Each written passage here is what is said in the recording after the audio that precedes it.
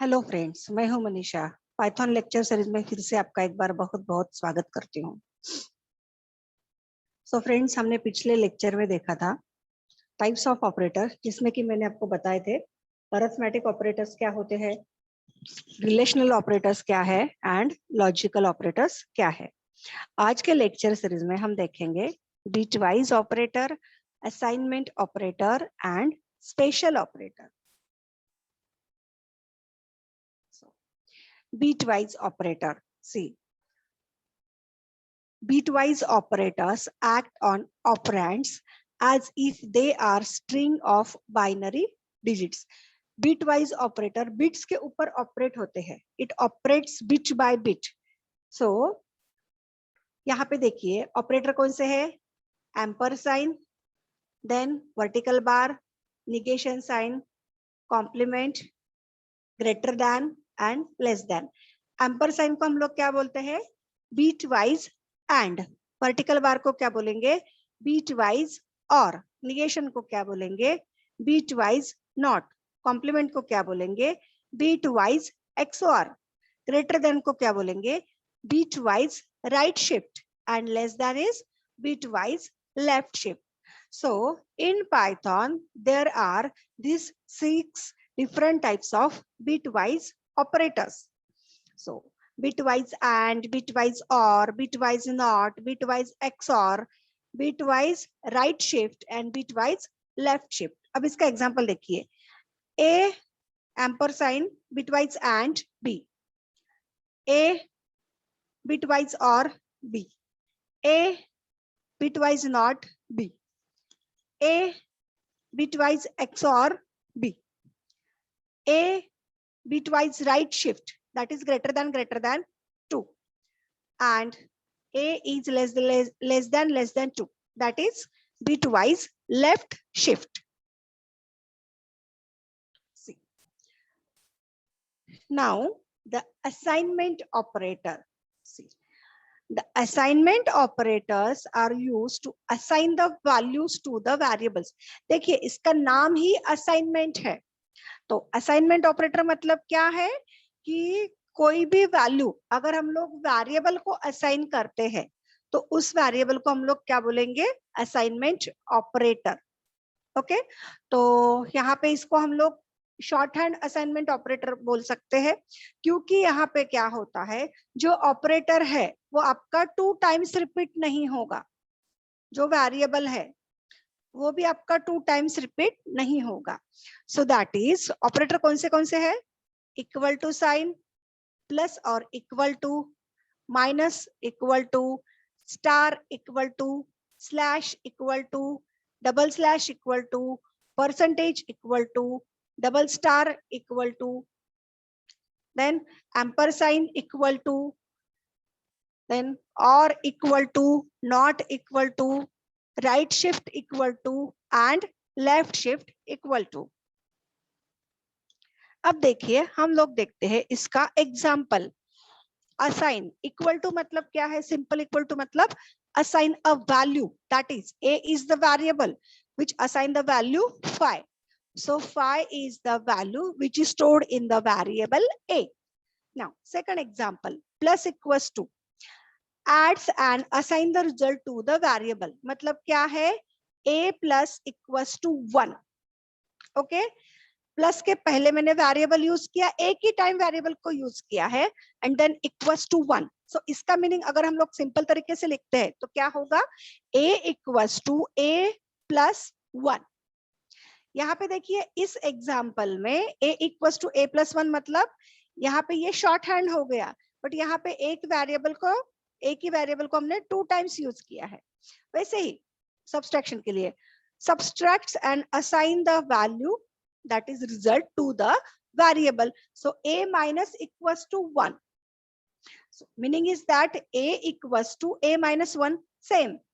multiplies and assign the result to the variable a star equals to 5. That is multiplication. So a equals to a star 5. Next, slash equals to, that is division. Division and assign the result to the variable. So a slash equals to, that is a equals to a divided by 5. Next, that is floor division. Double slash equals to floor division and assign the result to the variable. So a equals to a double slash equals to 5. The meaning is that a equals to a double slash 5. Then for modulus operator, same. Modulus operator, that is percentage equals to, so find the modulus and assign the result to the variable, that is a percentage equals to 5. So meaning is that a equals to a percentage 5. Then double star, find the exponential and assign the result to the variable a double star equals to 5. That is a equals to a into 5. Okay. So यहाँ पे देखिए students, हमने क्या किया है, a equals to a plus 1, एक ही variable को हमने दो बार यूज किया है हर एक एग्जांपल में. Now see, and equals to find bitwise and assign the result to the variable, that is a ampersand equals to 5. So meaning is that a equals to a ampersand 5. Then vertical bar equals to, that is OR operation, find the bitwise OR and assign the result to the variable. So a OR, that is a bitwise OR operator equals to 5. That is a equals to a or 5. Then आपका XOR operator, bitwise operator. Then negation sign equals to find the bitwise XOR and assign the result to the variable, that is a bitwise XOR equals to 5. So meaning is that a equals to a XOR 5. Then आपका आता है bitwise right shift operator. So find the bitwise right shift and assign the result to the variable. So a is greater than equals to 5. So that is meaning is that a equals to a is greater than 5. Same for left shift operator. Less than equal to, find the bitwise left shift and assign the result to the variable. So a is less than equals to 5. That is a equals to a is less than 5. Now अब हम देखते हैं दूसरे operator, that is the special operator. देखिए friends, ये जो special operator है, एक ऑपरेटर को बोलते हैं आइडेंटिटी ऑपरेटर. ओके, और दूसरा जो ऑपरेटर है उसको हम लोग बोलते हैं मेंबरशिप ऑपरेटर. एक आता है आइडेंटिटी ऑपरेटर और दूसरा है मेंबरशिप ऑपरेटर. फ्रेंड्स, ये जो है आपके identity operators and membership operators, ये पाइथन के स्पेशल ऑपरेटर्स है. So Python offers some special operators like identity operator and the membership operator. दो स्पेशल ऑपरेटर आते हैं. So पहले हम लोग बात करते हैं आइडेंटिटी ऑपरेटर. अब ये कौन से है? is and is not are the two identity operator. So is and is not, ये आपके दो आइडेंटिटी ऑपरेटर है. इसका मीनिंग और इसका एग्जांपल भी देखते हैं. ऑपरेटर है is, true if the operand are identical. अगर ऑपरेंड आपके आइडेंटिकल है, सेम है, तो a is a true. Okay, अगर आपका ऑपरेंड आइडेंटिकल है, सेम है, तब आपकी वैल्यू उसकी क्या आएगी? True. So a is true. And is not इसके अपोजिट का, true if the operands are not identical. अगर ऑपरेंड्स आपके आइडेंटिकल नहीं है, सेम नहीं है, सो a is not true. तो इसका ऑपरेटर का यूज हम लोग कैसे करेंगे? a is not. यहाँ पे देखिए ध्यान से, is को हमने क्या किया है? is को हमने यूज किया है और आइडेंटिटी ऑपरेटर को, दैट इज, एंड सेकंड इसमें हमने is not को यूज किया है. मैं आपको यहाँ पे थोड़ा सा अंडरलाइन करके दिखाती हूँ. यहाँ पे देखिए, ये हो गया is एंड ये हो गया is not. Okay, so this is the two identity operator in Python. Okay, now move to the next slide.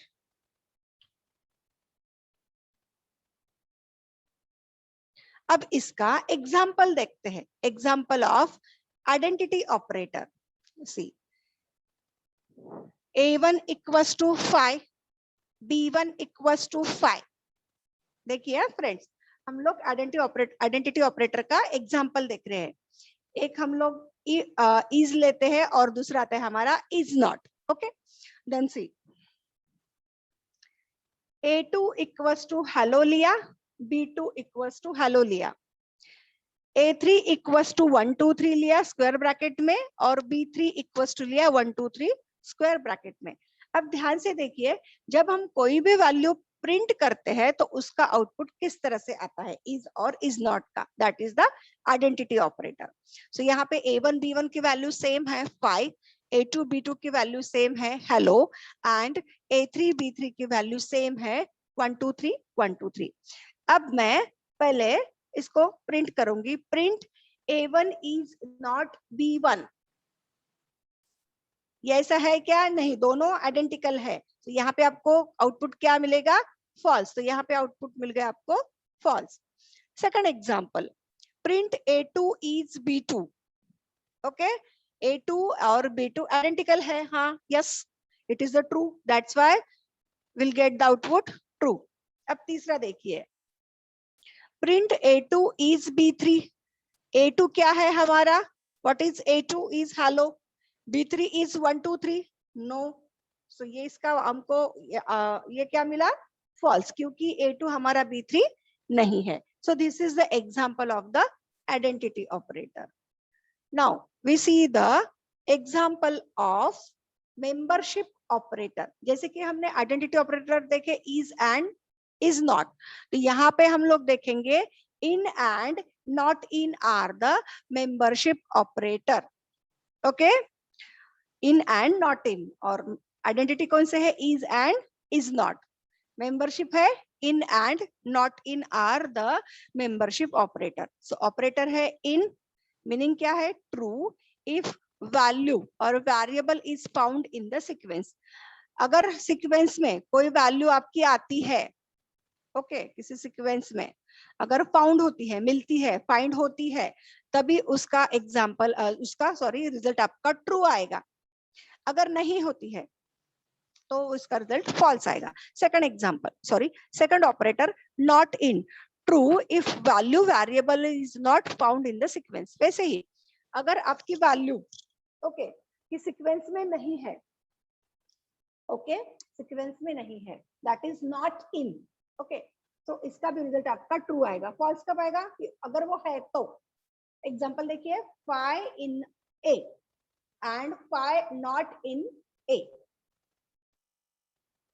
ध्यान से देखिए, इसका एग्जांपल बताती हूँ आपको. A इक्वल्स टू हमारा एक टेक्स्ट है hello world. Okay, A equals to text लिया मैंने hello world, and B equals to मैंने अलग अलग वैल्यूज ली. पहले लिया 1 इंटीजर वैल्यू, देन लिया A, B, 2. मेरे 4 एलिमेंट्स है 1 A B 2. A and B are the string element. 1 and 2 are मेरे कौन से है? Integer element. सो अब ध्यान से देखिए, मेंबरशिप ऑपरेटर है आपके इन एंड नॉट इन. अगर वैल्यू फाउंड होती है सीक्वेंस में तो उसको ट्रू रिजल्ट आएगा. अगर फाउंड नहीं होती है तो फॉल्स रिजल्ट आएगा.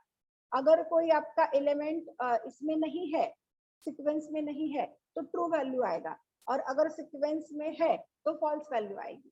ओके, सो पहला एग्जांपल देखिए, print H in A. Print H in A.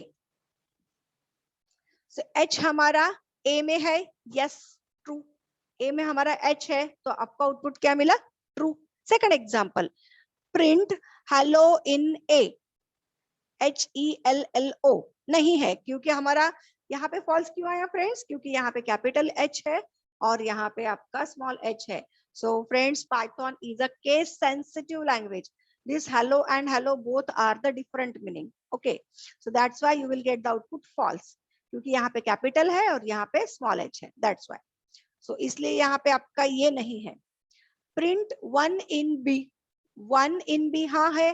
So that's why you will get the output true. Then next, print C not in B. C नहीं है, that is true. C हमारा दिख रहा है क्या B में? नहीं, B में हमारा क्या क्या है? 1, A, B, 2. C तो है नहीं. So not in, यहाँ पे ऑपरेटर यूज किया है not in. So इसका मतलब यहाँ पे मीनिंग आ गया आपका true. So ये हो गया आपका in और लास्ट वाला जो है ये आपका not in है. अगर फ्रेंड्स इस सीक्वेंस में C आता, ओके, और मैं लिखती print C not in B, तो मेरा रिजल्ट यहाँ पे फॉल्स आ जाता है. ओके फ्रेंड्स, आई होप कि आपको समझ में आया होगा. Thank you.